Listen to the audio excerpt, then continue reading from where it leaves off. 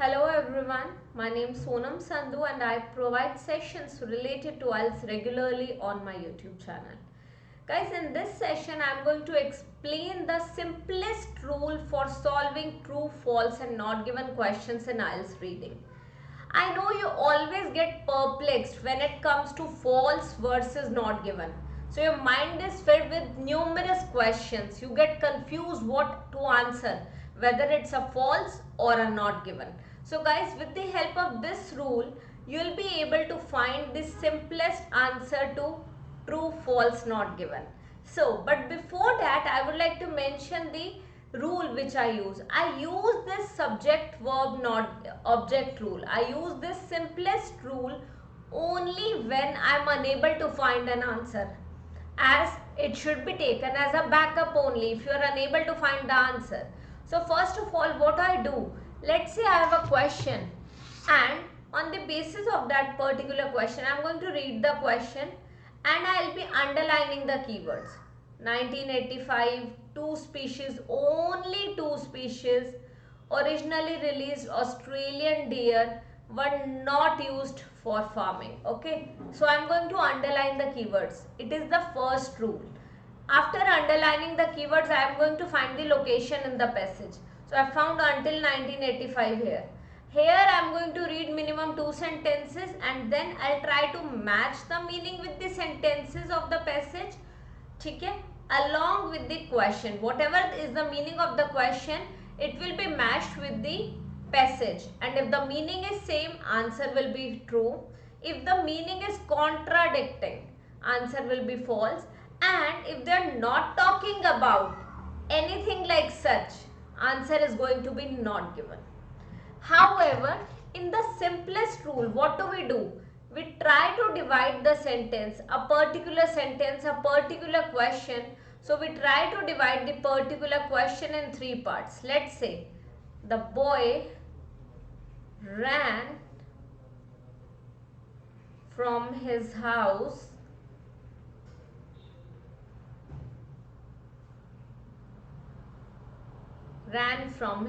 Okay, so this is subject, name of any person, place, animal, thing.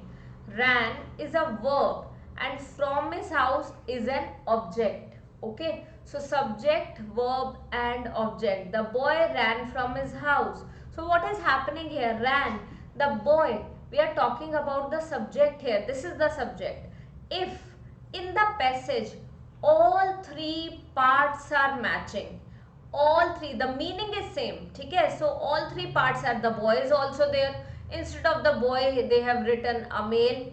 Then ran ki jagah they have written he ran away from the house, or they said he escaped from his house. So they used some different word and from his house was same. So they have talked about all three things but they have used synonyms. But yes, they talked about all three things and the meaning is clear, the meaning is same. So the answer is going to be true. So what is it? If subject, verb and object, all three are matching, answer is going to be true. If only subject and verb, only two parts are matching. So basically we have three parts, subject, verb and object. If all three parts are matching, true. If only two parts are matching,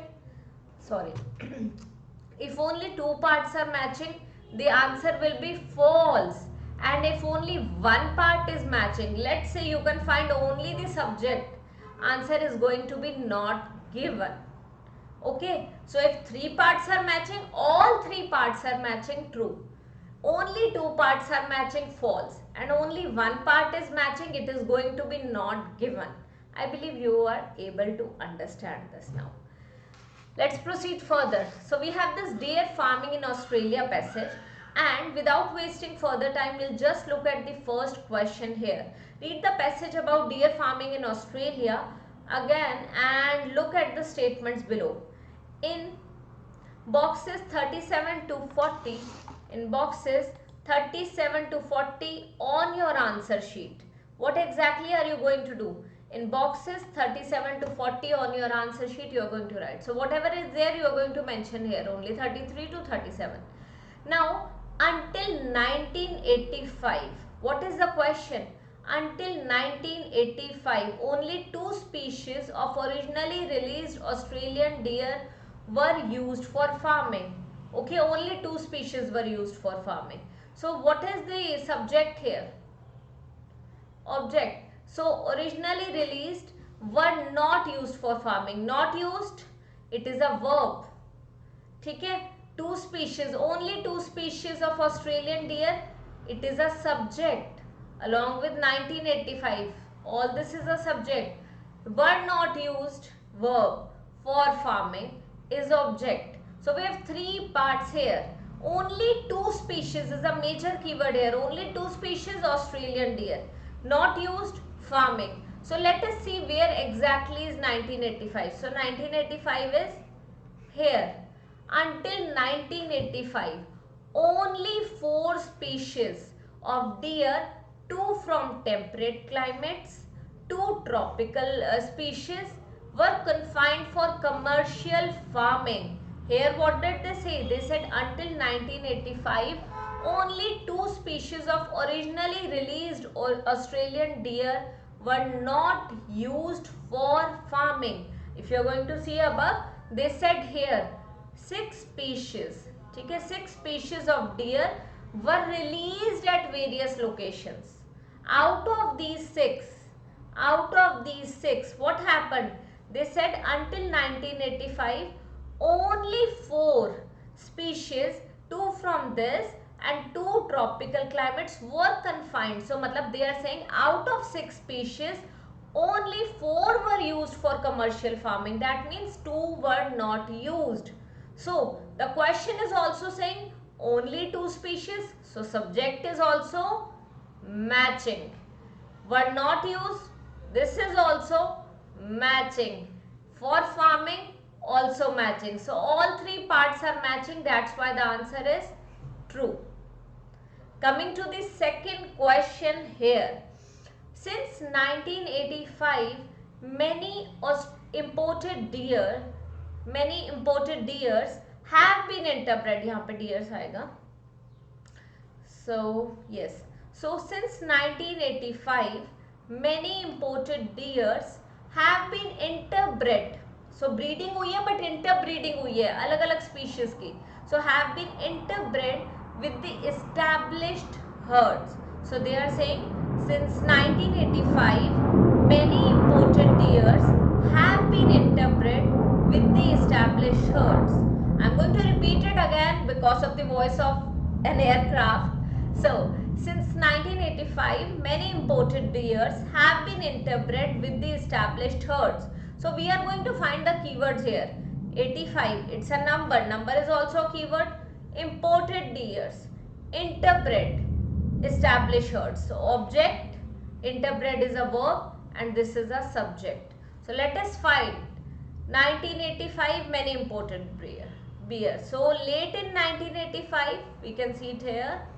The pressure from industry to increase herd numbers, okay, saw the development of import protocols, okay, that we got to know. This resulted in the introduction of large numbers of red deer hybrids from New Zealand and North American elk directly from Canada.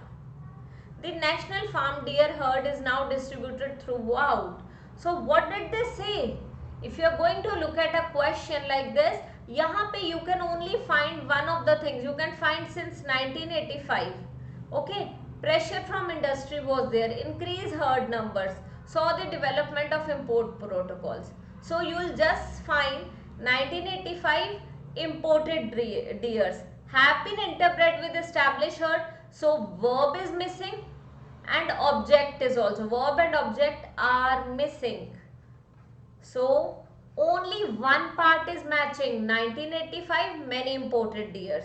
Okay, so they were talking about increased herd numbers, import protocols. So only one part is matching. That's why the answer is, when one part is matching, the answer is not given, because only one part is matching. Only the subject is matching. We'll do one more question and that is the last one. The drop in Dear numbers. So drop in dear numbers is subject. Since 1997, again part of subject only, led to an increase in price of venison.